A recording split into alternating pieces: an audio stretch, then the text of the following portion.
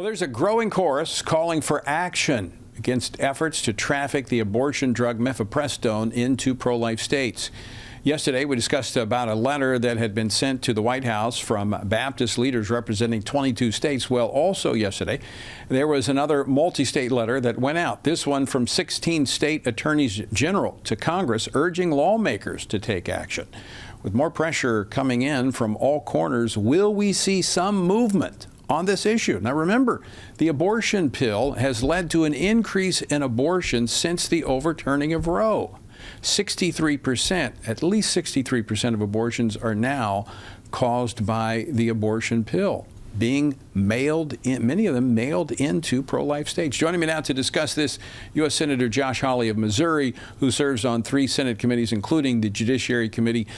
He has called upon the FDA to look at the evidence and the harm that this drug causes women. He joins us now by phone. Senator Hawley, welcome back to Washington Watch. Thanks for joining us.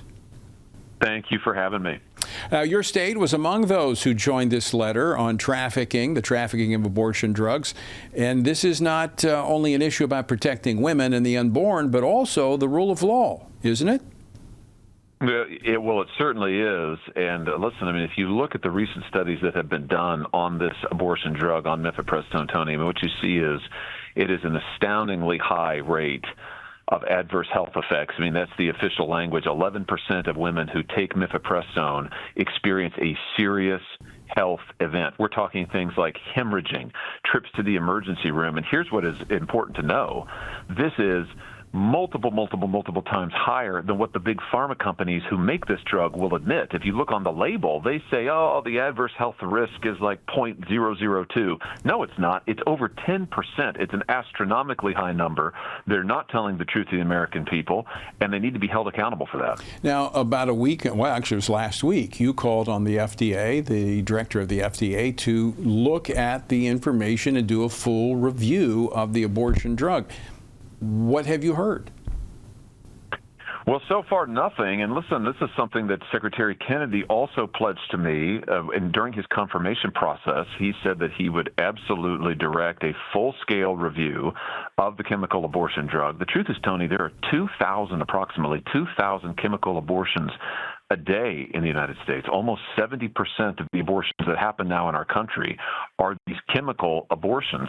Many states, as you were just alluding to, many states prohibit this drug and prohibit all abortions or many abortions. But here's what's happening now. These companies are just ignoring the law, right, and they are mailing in these drugs to all of these states. But we need Go ahead. But the federal law is not being enforced. There's a federal law, correct, the Comtock Act, which could put an end to this if the Department of Justice actually enforced the law. Yes, the Comstock Act says that you can't mail abortion-inducing drugs in United States federal mail, and of course these companies are totally violating that. And the other thing is that up until Joe Biden's presidency, we used to have safety guardrails on this chemical abortion drug. Right. You had to go and see a doctor before right, you could be prescribed the drug. Only a doctor could prescribe it. You had to have a follow-up visit. Biden bulldozed all of those things because he wanted abortion on demand. And my view is, Tony, in light of the evidence, the science, we need all of those regulations back in place. And that can be done very easily. Just as Biden undid it, this administration could put those back in place. Yeah, that's correct. That's correct. And this is why I think looking at this new data that has come out, I mean, this isn't just right, sort of speculation. It's not anecdotal evidence. There's now been 2 major studies on hundreds of thousands of reports right, of women who've taken this drug and what's happened. And the data it's very damning. It's very clear. It's very alarming, frankly, and we need action. So Senator Hawley, put that aside for just a moment. All valid. But let me just put that aside for a moment and go to one other element that we heard even from President Trump after the Dobbs decision, where he said that now the states have the right to deal with the issue of abortion.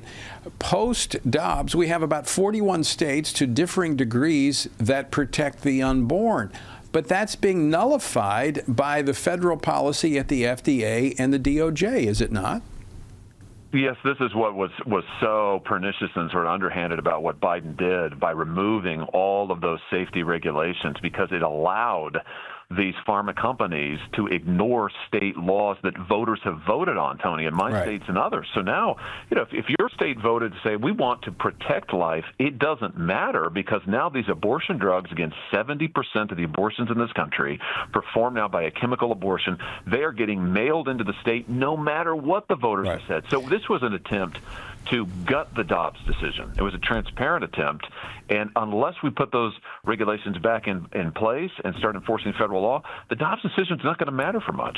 Well, it certainly has, because we've seen an increase. According to the abortion industry, we've seen an increase in the number of abortions that have taken place in this country post-Dobbs. It's increased from about 930,000 to over 1 million each year since Dobbs, as a result primarily of the abortion pill. Senator Hawley, I want to get your reaction to something else. I want to play a clip of your colleague, Senator Schumer, on the floor today regarding the Epstein files. Play that clip, please. This morning, I join all of my Democratic colleagues on the Homeland Security and Government Affairs Committee in invoking a century-old law known as the Rule of Five to compel the Department of Justice to release the full and complete Epstein file. All right, I'm not quite sure he knows about rules and such, but let's talk about that. What's he calling for? Well, I think what he's talking about is a stunt. I mean, listen, the Democrats now have been grandstanding on this. I didn't hear any of these Democrats talking about Jeffrey Epstein at all when Joe Biden was president. I haven't heard them talk about the fact that Bill Clinton was a visitor to Epstein's island and, of course, flew on his plane dozens and dozens of times on the island multiple times.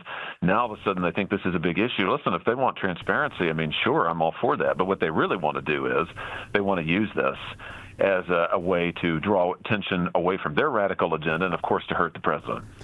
Would it not be in the best interest of the administration to have transparency on this and just let it out? 30 seconds left. Yeah, I think so. I mean, I think what the president said the other day when he was asked about this, and he said, he thought that the attorney general ought to release anything that she thought was actual evidence, credible evidence, that she had the discretion to release it, and he was in favor of that. I think that's the right answer. I mean, I think that's absolutely I think it makes it go away. And I think it makes it go away. Yeah, it does. And it's just what they did with the MLK files. I think that's a great precedent.